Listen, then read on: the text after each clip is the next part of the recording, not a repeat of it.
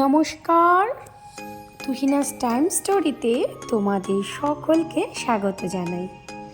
আমার সকল বন্ধুরা কেমন আছেন? আমি খুব ভালো আছি। বন্ধুরা, আজ আমি আবারও একটি নতুন ব্লগের সাথে চলে এসেছি।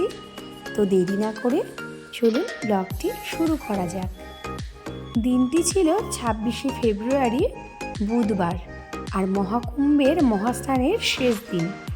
তো আমরাও বাড়ি থেকে যথারীতি ওই সকাল 9:30 নাগাদ বেরিয়ে পড়েছিলাম কুম্ভস্নানের উদ্দেশ্যে। আসলে আমি যে জেলায় থাকি, হুগলি ডিস্ট্রিক্টে, তো এখানের বঙ্গীয় কুম্ভ মেলা হয়েছিল ত্রিবেণী সঙ্গম, যেটা হচ্ছে আপনার ত্রিবেণীতে।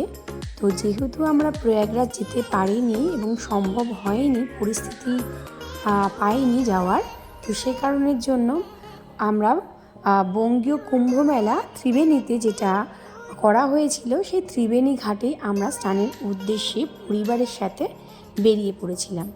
তো যাবার সময় রাস্তায় একটি চায়ের দোকান আমরা পাই, যেখানে আমার বাড়ির যারা বড়রা ছিল এবং ছোট বাচ্চা ছিল সাথে, তারা একটু চা পরোটা খায়।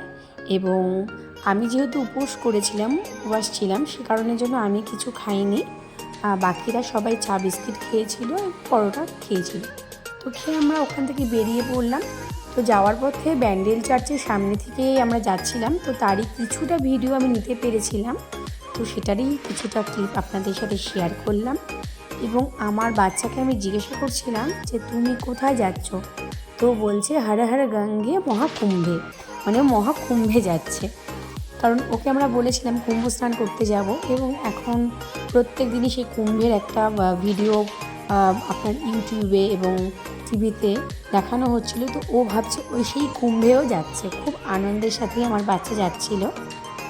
তো যথারীতি বন্ধুরা আমরা এসে পৌঁছে গিয়েছিলাম এই যে ত্রিবেণী ঘাট, এই ত্রিবেণীতে।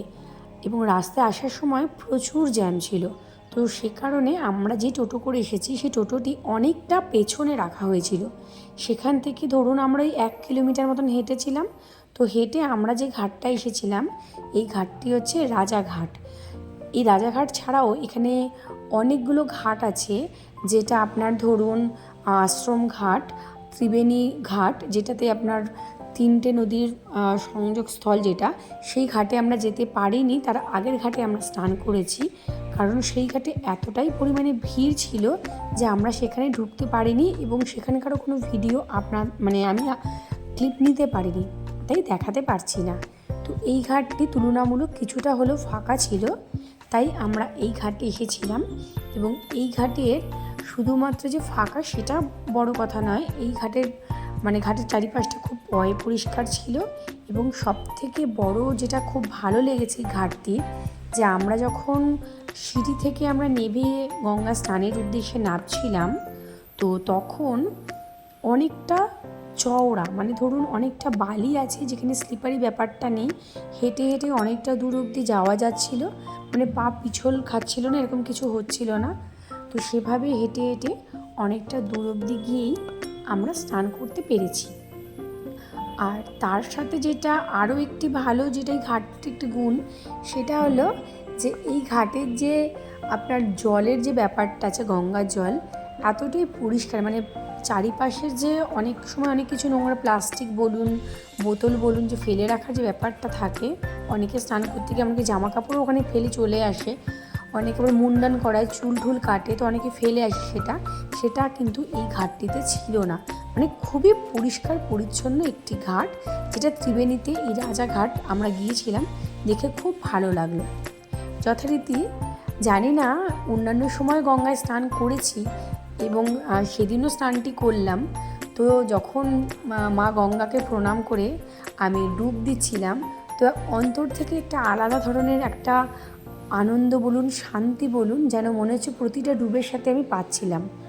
এবং খুব মিষ্টি জল, আমি জানি না এটা কি আমার মনে হলো নাকি হঠাৎ করে হালকা গরম পড়েছে বলে জলটা খুব ভালো লাগছিল। তো যাই হোক, খুব সুন্দরভাবে স্নান করেছি, এবং সেরকম কোনো ক্লান্তি বোধ হয়নি যে এতটা দূরে আমরা জার্নি করে গিয়ে ওখানে স্নান করেছি, কোনো ক্লান্তি ছিল না। খুব সুন্দরভাবে স্নান করে পোশাক আশাক ছাড়ার জন্য সেখানে একটি জায়গাও ছিল, জায়গাটিও খুব পরিষ্কার।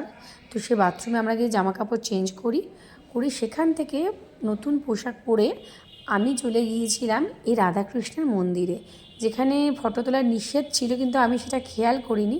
তো ভুলবশত তোলা হয়ে গেছে, তারই কিছু ক্লিপ দেখাতে পারলাম আপনাদের। এবং পাশে লোকনাথ বাবার মন্দির দর্শন করে আমরা যথারীতি বাড়ির উদ্দেশ্যে বেরিয়ে পড়লাম। তো ব্লগটি কেমন লাগলো অবশ্যই কমেন্ট করে জানাবেন।